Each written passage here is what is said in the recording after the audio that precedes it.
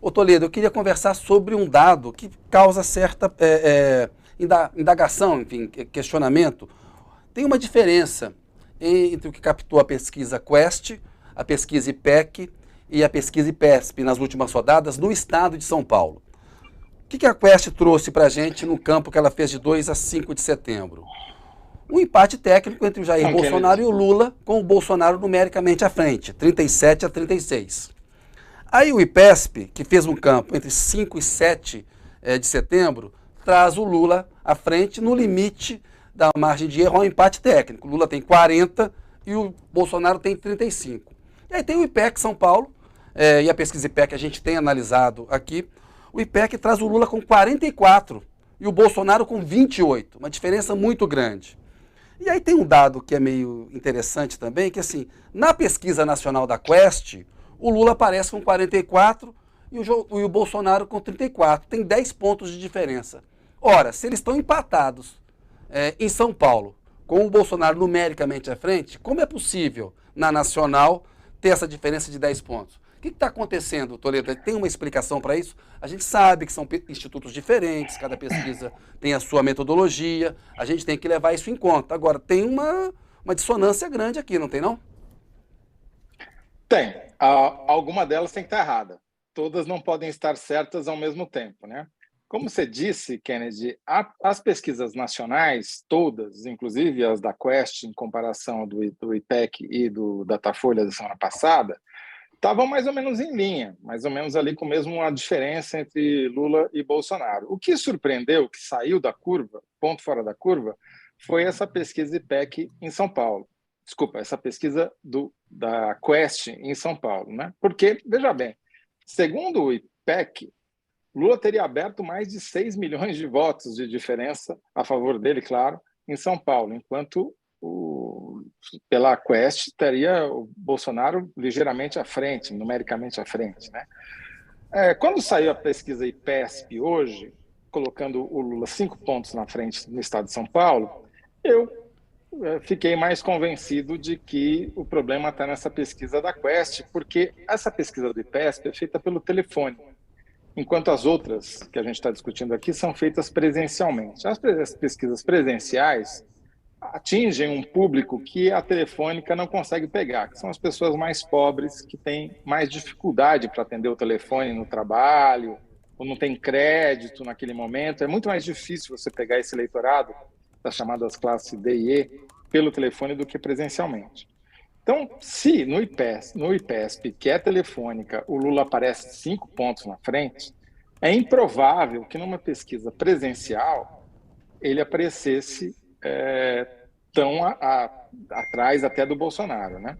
Aí eu fui dar uma olhada para ver se eu achava alguma diferença na pesquisa da Quest que pudesse ajudar a explicar isso. A metodologia dos dois institutos é diferente e o questionário é muito diferente, se a gente comparar o IPEC com a Quest. Para você ter uma ideia, na Quest, a pergunta sobre intenção de voto estimulada para presidente da República é a 38ª pergunta do questionário.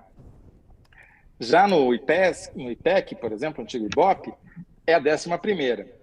Você vai falar, mas qual que é a diferença de você ter uma ordem de pergunta? Porque um dos erros mais comuns, não amostrais, numa pesquisa de intenção de voto, é justamente o erro provocado pela maneira como as perguntas são feitas, pela formulação das perguntas e pela ordem das perguntas no questionário. Ô Toledo, E, só para poder entender, assim, toda pesquisa tem um esquenta ali. Você não faz a pesquisa já colocando, por exemplo, a pergunta estimulada, que é a principal, é a que reproduz o que está lá na urna. Ou seja, no dia da eleição, você tem o cenário da estimulada. São os candidatos nos quais você pode votar. Não é em qualquer pessoa que você queira votar, não é espontânea, enfim.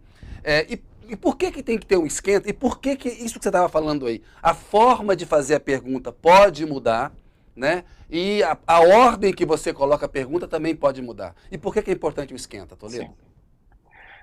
Então, é assim, as primeiras perguntas do questionário não tem nem numeração, porque são mais ou menos iguais para todos os institutos. São a idade, escolaridade, cor, esse tipo de... São os dados sociodemográficos, né, que você determinam até as cotas nas pesquisas. Para ver se Depois, se aquele entrevistado pode ser entrevistado, é isso, se está dentro da amostra. É uma checagem. Estou querendo entrevistar Brasil, esse eleitor agora. Uhum. No Brasil, as pesquisas são feitas preenchendo algumas cotas de idade, de gênero, de cor, cor nem tanto, mas enfim, principalmente educacionais, né, nível de escolaridade, renda, sexo gênero e idade. Exato.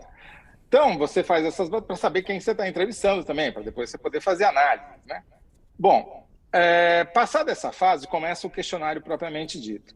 Numa pesquisa para governador, que é o caso dessas daí, você começa perguntando espontaneamente em quem que aqueles eleitores pretendem votar para governador. Se pretende perguntar também sobre senador, também faz uma pergunta ali espontânea e depois uma pergunta espontânea sobre presidente da República.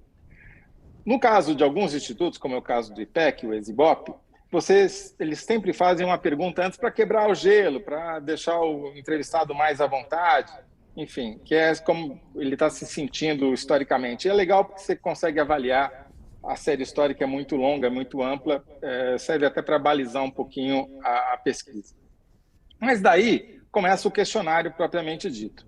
E as diferenças em relação ao questionário da Quest e do IPEC é a quantidade de perguntas que você faz antes de chegar nessa pergunta da intenção de voto estimulada, na qual se apresenta a lista dos candidatos. E no caso da Quest, além de estar lá em 38º lugar, teve uma mudança em relação à pesquisa anterior, da própria Quest. Eles incluíram uma pergunta de potencial de voto antes da pergunta de intenção de voto. E nessa pergunta do potencial de voto, você, entrevistador, diz o nome do candidato e pergunta, e no Lula, você conhece, votaria com certeza, poderia votar, não votaria de jeito nenhum. Faz a mesma coisa com o Bolsonaro, com o Ciro, etc. Tudo isso acaba alterando o resultado da pesquisa. Para você ter uma ideia, Datafolha e IPEC têm o mesmo tipo de pergunta sobre rejeição.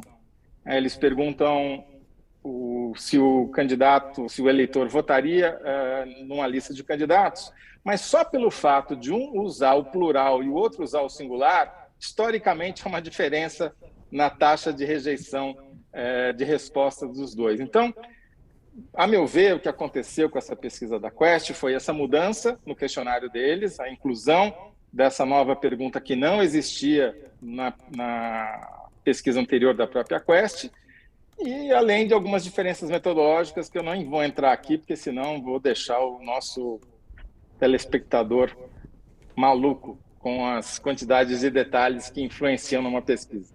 Não, me parece que, enfim, está bem explicado e eu acho que tem aí um vacilo da Quest. A gente tem que respeitar os institutos que fazem pesquisa aí com seriedade, mas parece que tem um vacilo. Vamos conferir agora. Vem um Datafolha aí que pode nos ajudar a esclarecer. Outra